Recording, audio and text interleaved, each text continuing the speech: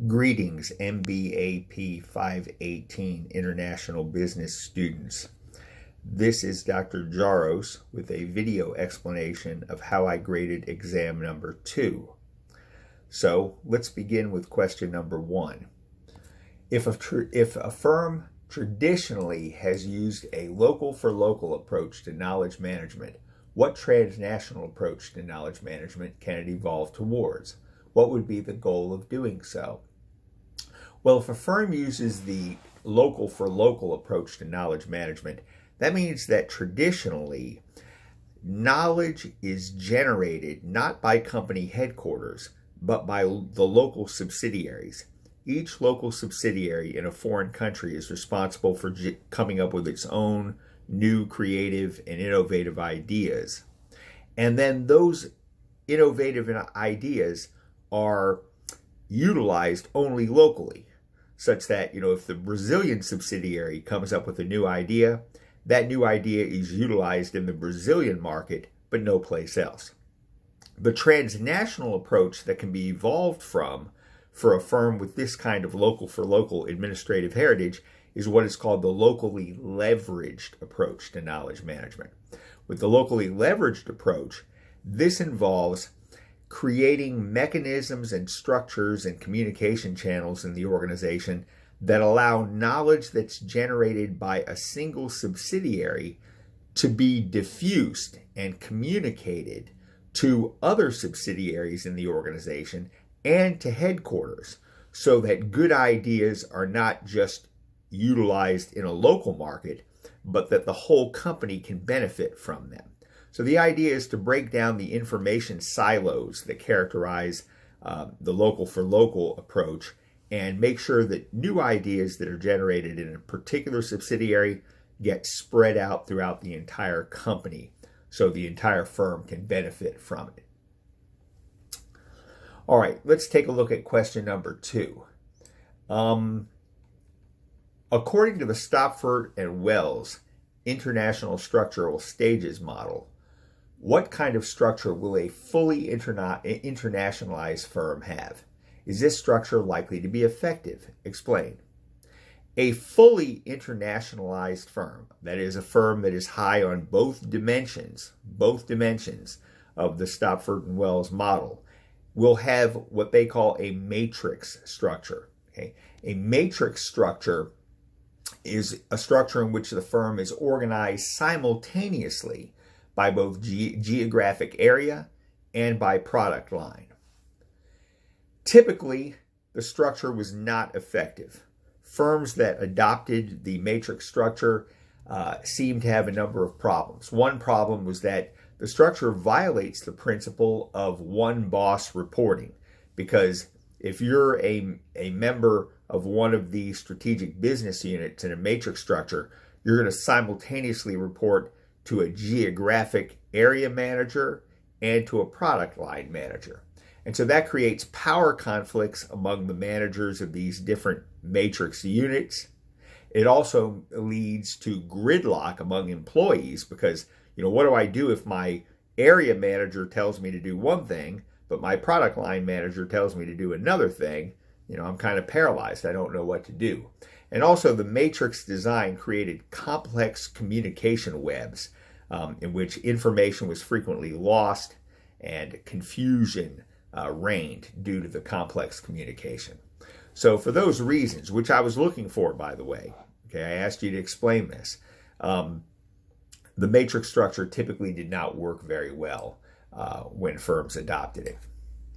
Question number 3. Describe the advantages and disadvantages of expanding sales of the SK2 product line to China. Should sales be expanded to China, or should deeper penetration of the Japanese market come first? Well, there are a number of advantages and disadvantages to expanding SK2 from Japan to the Chinese market. First of all, China is a booming market. While the Chinese high-end cosmetics market is small at the time of the case, it's growing rapidly because the Chinese economy is growing rapidly. And so there are a growing number of wealthy urban women in China. And wealthy urban women are basically the target market for SK2. And so, it's good. It would be good if P&G Japan could get in on the ground floor before other high-end cosmetics companies, took away the market share like they did in Europe. Also, the SK-II line could complement the Olay line.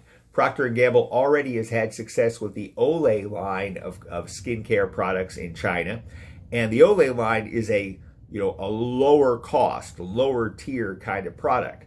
So, SK-II being more of a high-end product could complement that lower end line that they've already established in China, the Olay line. Also, we have evidence that the SK-II line will be profitable in China, or at least popular, because the company has already carried out test marketing in Taiwan and Hong Kong. And Taiwan and Hong Kong are culturally Chinese areas. So that, that suggests that, because Chinese people in Taiwan and Hong Kong like the product, Chinese people on the mainland will as well. However, there are some disadvantages to entering the Chinese market. In all likelihood, we'd have to incur significant production expenses to make the product in China, because China has very high import tariffs on cosmetics coming in from Japan. That would significantly boost the price of the product. Also, there's bureaucracy to trying to import the product. China basically requires a 1-year process of working through getting bureaucratic approval from the Chinese ministry, trade ministry, in order to even get the product into China to begin with. Also, SK-II is a high-end product, and China counterfeiting of high-end products is rife and pervasive in China. There's a lot of counterfeiting of high-end products, and the Chinese government doesn't seem very inclined to stop that from happening. And SK-II is a high-end product, so presumably if it's successful, it will be subject to counterfeiting as well. All right? And also, while China does have a growing class of urban upscale women, these women have not been urban and upscale for very long, so they're not very sophisticated. And SK-II is a sophisticated product. It requires like a 4-step process. So basically, we'd have to invest a lot of money in marketing, like in-store demonstrations to kind of teach the Chinese consumer how to use this product, and maybe they won't like going through that kind of complex process. All right. What about expanding into China or deeper penetration of the Japanese market?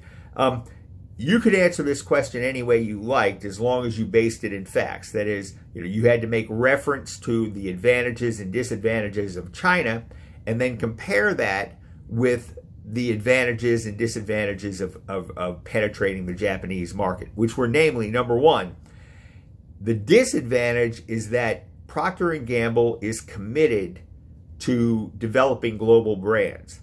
And if we decide to ignore the Chinese market for the time being and just seek deeper penetration of the Japanese market, we're kind of, putting off that larger strategic goal of developing global brands. There are advantages, though, to penetrating the Japanese market. The product is very successful in Japan, but it still only has a very small percentage of the Japanese skincare product market. The Japanese skincare product market is a huge market and among the most profitable in the world.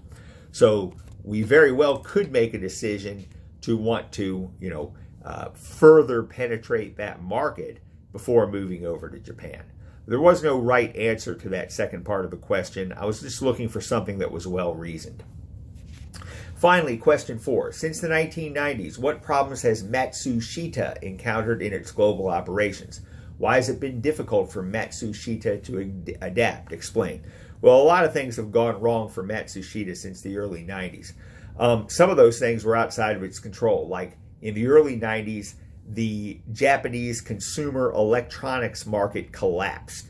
And Matsushita is a Japanese consumer electronics company. So when that market collapsed, that hurt a lot of its domestic sales. Also, in terms of the exporting market, the yen has been rising in value for a lot of this time. And as the value of the yen rises, that makes Japanese exports, the exports of Matsushita Electronics products, more expensive to foreign consumers. And as prices go up, demand typically tends to go down. But also, Matsushita faced problems of its own making. It had become outclassed and outcompeted by smaller, faster firms from China and Korea. These Chinese and Korea firms could make electronics products more cheaply because they were making them in China, where wages are a lot lower. And also, Matsushita has a deeply ingrained administrative heritage of centralized control from headquarters, which made it difficult to adapt to changing global markets. What Matsushita needs to do is decentralize its power structure to give local subsidiary managers more authority to adapt to their market conditions. But the administrative heritage of Matsushita is very top-down control from above, and the executives have been slow to decentralize power. Also, Matsushita has a corporate culture which is deeply enmeshed in Japanese culture, which says basically that you shouldn't lay off employees. The basic agreement between companies and employees in Japan at the time was, the company agrees to guarantee an employee a job for life, and the employee agrees to be loyal and commit themselves to working hard for the company. But with the rising cost structure and the competition from Chinese-based manufacturers, it's pretty obvious that Matsushita needs to restructure its employment situation. It needs to lay off some Japanese employees and shift production to lower cost areas like China. But for cultural reasons, it's been very difficult for the management of the firm to make that kind of hard decision to lay off employees. All right, anyway, that's what I was looking for when I was grading your questions. I hope this video explanation has been helpful.